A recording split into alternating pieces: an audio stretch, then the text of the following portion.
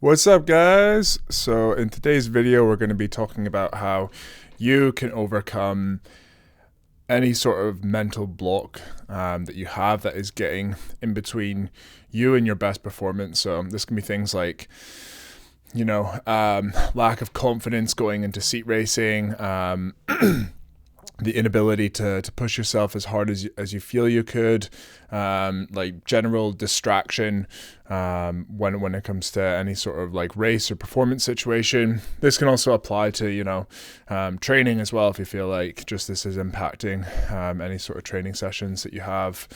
It can be things like the fear of failure. So many examples, but I guess it's, if I could summarize it, and it's quite hard, I guess, to define it, but just the feeling that something about your thought process or your attention or your focus, something about that isn't quite right. And because it's not right, it's, getting in between you and what your performances are. So maybe you've done really good prep and training, or your low intensity numbers are really good, or you're really good in the weight room and you have indications that suggest you could be able to do this performance, or say you can always beat your training partner in training, but when it comes to a race or performance, when there's more pressure, for whatever reason, your mindset gets in the way. So first off, I think it's a really big positive that you're here and you've clicked on this video and you're open to it.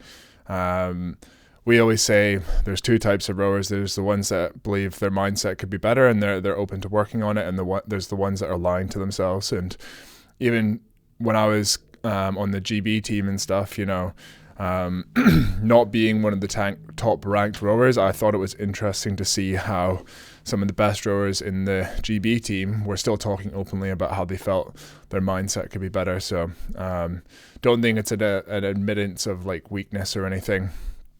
And the really cool thing is that this can be trained. Now, me personally, my mindset was terrible for a time. I basically I'll give you the short story, but basically got some really good results as a novice and showed really good promise and projection, and then got ahead of myself and just was thinking about the wrong things and training terribly, so inconsistent, never pushing myself in training, doing terribly in racing. All my focus was going in the wrong direction in training and in racing, and as a result, at the low point for me, I was about 2 minutes off of first place at trials. That was around 2015, February, I believe.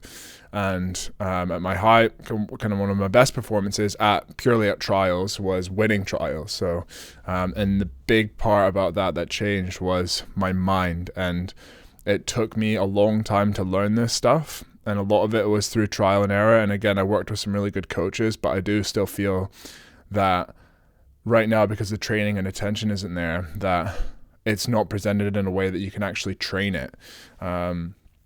So what we do now in our coaching and also in part of our content as well is put out mindset training in a way that's simple, actionable, and in steps. In the same way you build up through your high intensity sessions or your weights training, you can do so with your mind as well. So that's what this video is going to be about today.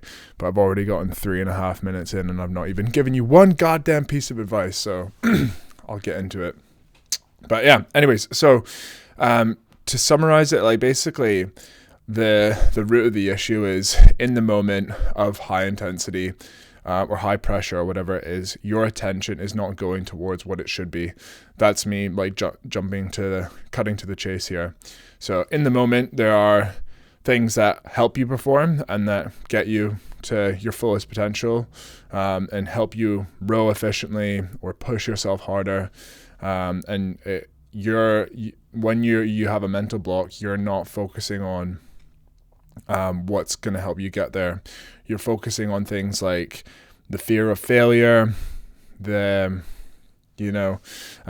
the other crew is doing, what the splits are feeling, what your legs feel like, what your mind is telling you. And I think the first step that I'm going to cover with you right now is to not try and fight that. Don't try and fight that feeling, because if you're struggling in a 2K, for example, and you struggle when the pain kicks in, and you struggle with the kind of negative connotations that come around with the pain, like, oh, that's sore, and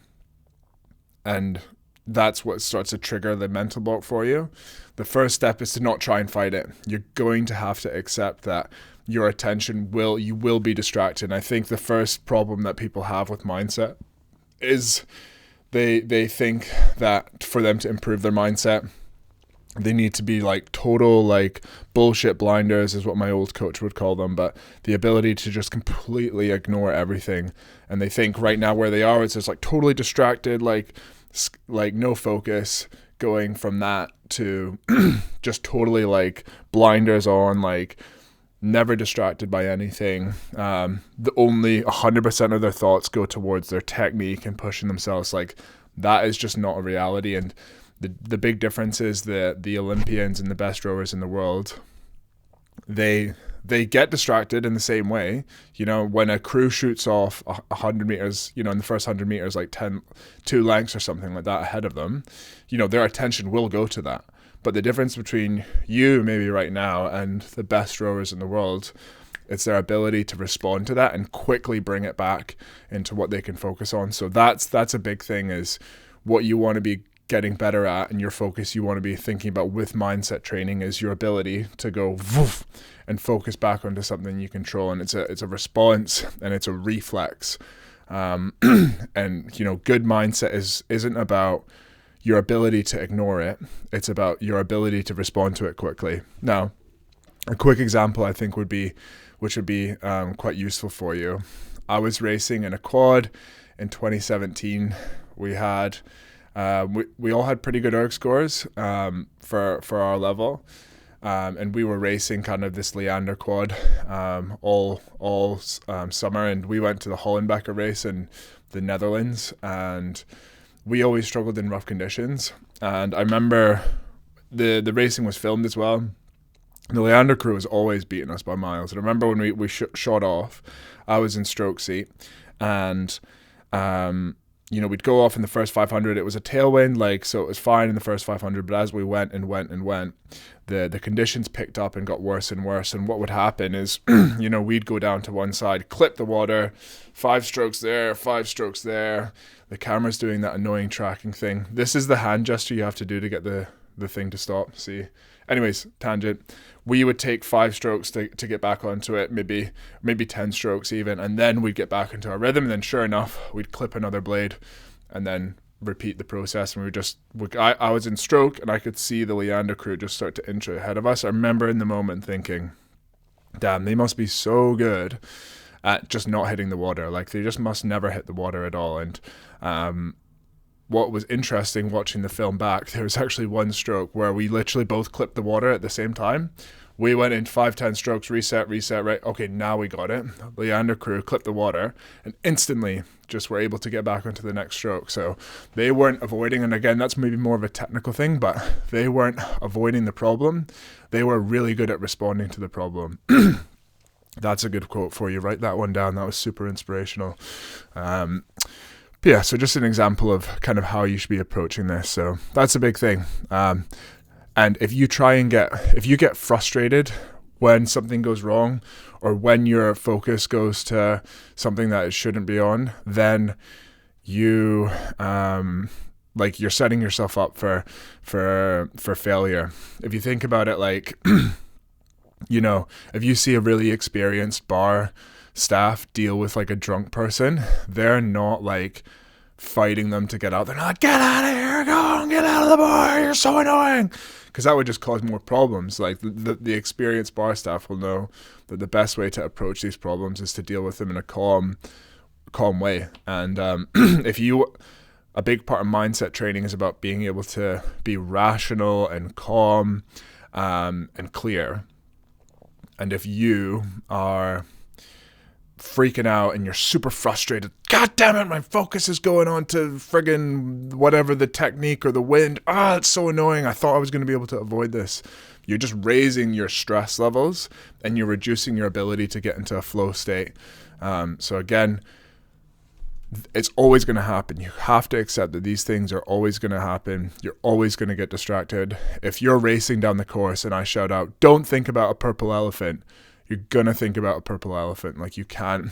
Again, it's how quickly can you respond. So enough of the giving you the context on it. How do you get quick at responding to this stuff? So Stephen Feeney, who's an excellent mindset. He has a certain way of describing it. Sorry, Stephen. He's not a psychologist. That's one thing that he's important to distinguish himself from. But he's a mental, I think he's a mental performance coach. Really, really good. He's onto some really cool things right now. He's kind of moving away from the rowing space. He's working with like F1 and like cricket and stuff like that. Sports have a lot more money than rowing, basically. But he always talks about how when he was working with rowers, he would get people coming to him like the week before a race or the day before a race, so you could do their their training on how to, or their prep talk or whatever on how to race to their potential. He would say that's useful, and he'd be like, yeah, cool, of course. But he was on our podcast, if I can remember, I'll link it below. And he talked about how that was pretty useless. You don't try and fix your technique the day before a race. You don't try and get stronger in the gym the day before a race. It takes time to build this stuff, and you need to find ways that you can practice this response in your training. The hard thing is it's impossible actually to replicate what race day is going to feel like in training. You could, even if you're based at like Henley Royal Regatta or something like that, like Leander is, and you do everything you can to replicate Henley Royal, you race down the booms, you do side by side, you have a launch following you, it will never feel the same. You'll never feel the same pressure or the same environment as you do on race day. So that's another thing to accept, is how can you find similarities where you're getting distracted by an external factor, and how can you do that in your training? So what you want to start doing is searching for things in your this is big, okay, right? I know I'm monotone and I ramble here. Stop, gather your attention, okay, focus in here, because this is useful. This is probably the biggest take home. You want to start looking for opportunities in your training day to day that are distractions that you can use as a chance to rehearse your response to an external factor. That is a huge thing. That is what we spend a lot of our time doing with our athletes as well. It's always like, what in your situation are usual distractions that come up that you can practice how you respond to them, so that you can build that reflex of external factor, accept that external factor back onto something that I can control. We'll get to the control, focusing on something you can control, but after this. So for example, we had someone last week, and we were looking for something they could practice, and what we found is that in their gym there was somebody who had like a really shitty music playlist, and they would practice. We were like, perfect, that's a chance that, if you're doing a 3x2k or a 30 rate 20, and I don't know, I don't want to offend anybody, but maybe, I think chart music's terrible. So if it was me and I was looking for an external factor, and someone put on chart music, then that would be a distraction. You could also even purposely put on a song that you hate and erg to it. Maybe like the Gandalf, like do and just erg to that. I know some people that have done that, not for the purposes of mindset training, but just for a laugh. But anyways, that was a chance where they, in the moment, before we're looking for, it's like, when are you in training and your attention is not going towards what it should be going to? And for that person, that was, the terrible music playlist.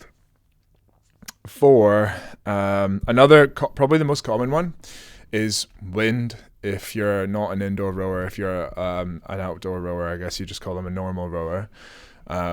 Wind is huge. Wind in training is one of the best chances that you can practice this stuff. So a really big thing as well is, I think that also kind of snowballs with this. If you develop your mindset where you are looking for Sorry, there's an alarm going on outside, and it's distracting me.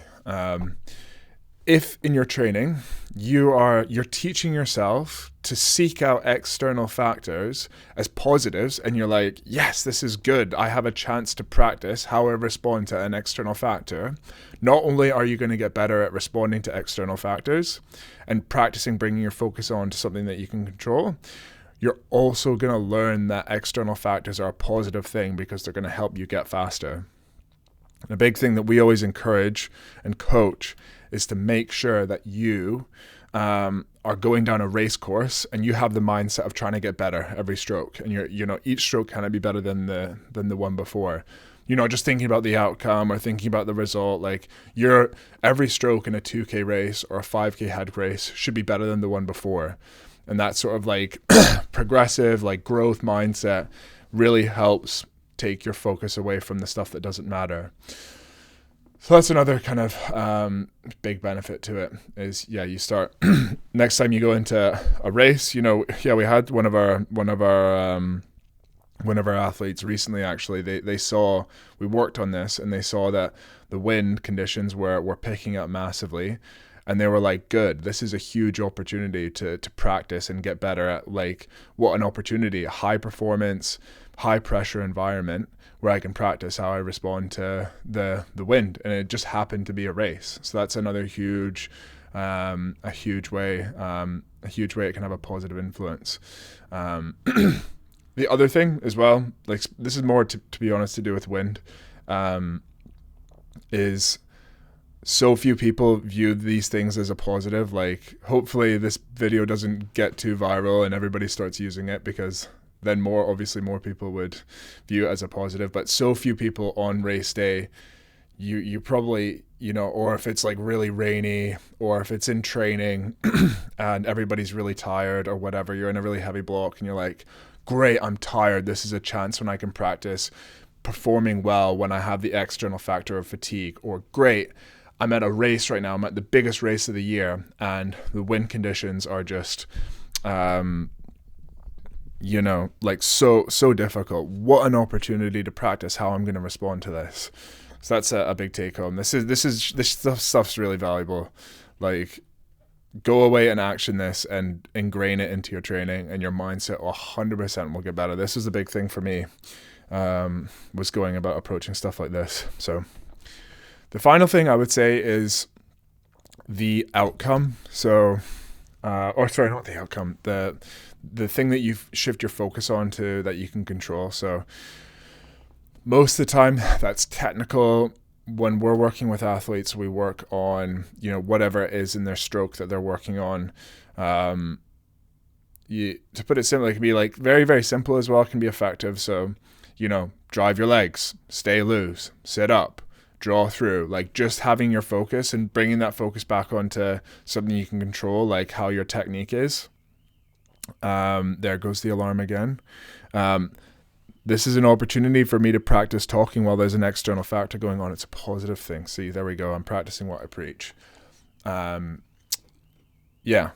It just, like, you don't need to, like, when you see external factor, accept it, shift your focus onto something you can control. It's not going to be like you have to shift your focus onto something you can control for 2,000 meters. It just has to be for like 10 strokes. Like, you just need to shift your focus, and that's enough to kind of bring your focus back away from that onto something you can control. And again, no doubt, like, you're going to get other voices into your head as you race. It's all bang, quickly back onto something you can control, back onto something you can control, back onto something you can control. You need to go away in training and just get reps, like strokes. Like, you're trying to improve your catch. You don't just like, right, this session we're going to improve my catch. I'm going to have a catch session and just work on your catch for one session. Like, no, you need to do it every session. When you're in the gym, like, say you're trying to improve your front end in the boat. So you'd be working on front end drills in the boat, lots of technical work, lots of front end nudges, whatever. You'd also maybe be in the gym and thinking, right, how can I work on my posture so that I can sit more tall to improve my front end of the stroke? So, on the erg, in the boat, doing recovery, day-to-day stuff. When you're doing weights, like, you want to be looking for these opportunities to practice your response. So just become hungry to find these chances to practice how you respond to them. Yeah. And then the last one, this is probably more on visualization, which is a kind of another mindset tool that we use. Let me know in the comments if you want me to go over a visualization, because that takes a bit more detail. But if you know what the outcome is that you want, pretty much always it's the boat goes nicer, the splits go down, you're more focused, you're rowing in time with your crew that you're doing the sea racing with. If you know what the outcome is, if you visualize the process of recognize the external factor, I guess with visualization, you want to get a bit better at like figuring out where the setting is, but recognize the external factor. So visualize yourself recognizing the external factor. Actually, hold on a second here. I'm butchering this. Visualize the external factor distracting you, whatever that is. Visualize yourself accepting that that's always going to be there. Visualize yourself shifting your focus back onto something you can control. Visualize yourself focusing on what you can control. Visualize yourself getting the outcome of that process. And visualization is just another way you can get reps in. And lots of people don't do this in enough detail. But if you are very detailed with your visualization, you really do. It's just another way that you can build this response and this stronger response, because you're getting the reps in. So reps. And if you're watching this and you're a day away from a race or you're a week away from a race, like it still will be useful. Like don't worry, even if at the start I said it takes reps, like you still will get better at it. Ideally, you start implementing it now. One last thing I would sign off on, a really key thing, is this takes practice. The big thing with, like, if I did a video on how to get from an 8-minute 2K to a 6:30 2K, and I said, right, you do these sessions, and in 1 week's time, you're going to take 1.5 minutes off your 2K. You guys would be sitting there being like, you're full of shit. So right now it's important to recognize that for you to make these jumps, it takes time. Like to be honest, it takes months and months and years to really build this response. But the good thing is you've watched this video and you've got a good, clear understanding of how you can go away and implement it. So, yeah. And like, look, this is what really worked for me. So I think we can leave it there. Like, look, if you found this useful, please like the video and subscribe as well. I think only like 20% of the people watching this subscribe. So if you found it useful, make sure you subscribe and then like. And again, we're still at the early stages of this channel, so I'm still pretty open to making videos on what people want. I think someone keeps asking for cross training. So on top of that, like this is probably the most valuable video that I've done on my YouTube, to be honest. So focus on this. So few people don't, and it's what makes the biggest difference. And the coolest thing is it makes a big difference it has applications in other areas of life. You can take it into work, education, or whatever it is. It's super useful, that ability to focus and be distracted and shift your focus back onto something that you can control. And rowing's a really good vehicle for that. And this is why we're super passionate here about teaching these skills, and it's teachable. But just right now in the rowing world, it's not done in such a way. So, okay, right. I'm going to stop rambling here and yeah, go off and enjoy and let me know what you think and like and subscribe and all that jazz. See you.